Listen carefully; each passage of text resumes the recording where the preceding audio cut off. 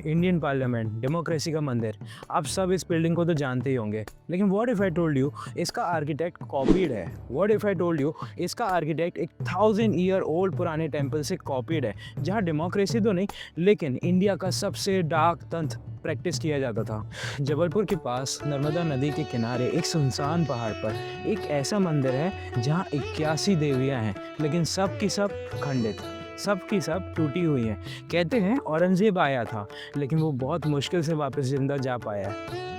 आज हम आए हैं भेड़ाघाट, लेकिन घूमने नहीं, 64 योगिनी मंदिर के राज को डिकोड करने। Welcome to the mystery of 64 Yogini temple. हम चलेंगे इन 150 सीढ़ियों के ऊपर। ये 150 सीढ़ियाँ हमें 10th सेंचुरी में ले जाएंगी, तो चलिए चलते हैं। Notice one thing regarding this temple, ये शहर के शोर शराबे से दूर एक आइसोलेटेड पहाड़ पर बनी हुई है, क्योंकि ये कोई नॉर्मल मंदिर नहीं है।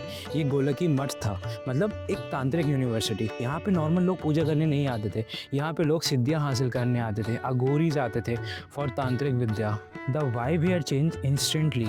नीचे टूरिस्ट का शोर और ऊपर आते आते एक अजीब सी खामोशी छा जाती है। लुक एट दिस, ये एकदम सर्कुलर है। इंडिया में जो मंदिर होते हैं वो स्क्वायर पे होते हैं वास्तु के हिसाब से, लेकिन ये मंदिर ये सर्कुलर है। ये 130 फीट के डायमीटर पे बना हुआ है और ये मंदिर, इसका कोई रूफ नहीं है, ये ओपन टू द स्काई है। इसके पीछे कोई स्पेसिफिक साइंस है। ये जो ओपन रूफ है ना, माना जाता है कि यहाँ की जो योगनीज है ये किचहारी थी, मतलब स्काई ट्रेवलर्स। अगर यहाँ पे रूफ बना दिया गया ना तो कनेक्शन टूट जाएगा। दैट्स वाई यहाँ पे रूफ नहीं है। और आप ये डिज़ाइन देख रहे हैं, ये डिज़ाइन, ये पिलर्स को देख के ही माना जाता है और थ्योरी आती है कि सर एडविन ने, जिनने सांसद भवन का आर्किटेक्ट बनाया था, उन्होंने कॉपी किया है, ये डिज़ाइन यहाँ से कॉपी किया है। That's why. हाँ, उनने कभी बोला नहीं, बट आंखें तो झूठ नहीं बोलती ना। ये है 64 योगिनी मंदिर। 64 मतलब 64 योगिनीज, लेकिन अगर आप यहाँ आके मूर्तियाँ गिनते हैं तो 64 नहीं 81 मूर्तियाँ, मतलब 81। माना जाता है जो रॉयल तंत्र होता है उसमें 81 योगिनीज को पूजा जाता है, उनका मूल चक्र बनता है। 64 योगिनी जो मंदिर होता है, जो 64 योगिनी होती हैं वो नॉर्मल तंत्र की पूजा के लिए होती हैं, लेकिन ये जो 81 देवी हैं ये रॉयल तंत्र होती हैं। ये जो रॉयल तंत्र है ये राजा महाराजा लोग कराते थे अपने राज्य को, अपने किंगडम को सुरक्षित करने के लिए, अपनी पावर्स को बढ़ाने के लिए। ये जो मंदिर है इसको कालाचूरी डायनेस्टी के राजा युवराज II ने बनवाया था अराउंड 1000 AD। तो राजा युवराज II जो है उन्होंने ये रॉयल तंत्र के लिए बनवाया था। 81 योगिनी इसलिए क्योंकि वो 9x9 का मूल चक्र को पूजते थे, उससे उनको सुरक्षा मिलती थी, रक्षा मिलती थी और ताकत मिलती थी अपने राज्य को प्रोटेक्ट करने के लिए। और ये जो योगिनीज हैं ये अपने राज्य को प्रोटेक्ट करती थी। अब ज़रा इन मूर्तियों को ध्यान से देखिए। ये हैं श्री वराही, इनका चेहरा तोड़ दिया गया है, उनका हाथ तोड़ दिया गया जस्ट बिकॉज, जिससे वो इस किंगडम की रक्षा ना कर सके। अब ये देखिए, ये है श्री मंदोदरी, इनकी तो पूरी अपर बॉडी तोड़ दी गई है। इतना क्रूएल्टी किसने किया? ये कौन है जो ये कर सकता था? आर्कियोलॉजिस्ट कहते थे ये काम इन्वेडर्स का था, लाइकली बुरीज या मुगल्स। उन्होंने आके यहाँ पे मूर्तियाँ तोड़ी और स्पेसिफिकली चेहरे और हाथों को तोड़ दिया गया, क्योंकि कहा जाता है कि तंत्र के कारण ये जो देवियाँ थी, जो योगिनीज थी, वो इस किंगडम की रक्षा करती थी, वो प्रोटेक्ट करती थी, इसलिए उनकी आंखें और चेहरा इसलिए तोड़ा गया जिससे वो देख ना पाएँ और प्रोटेक्ट ना कर पाएँ इस किंगडम को।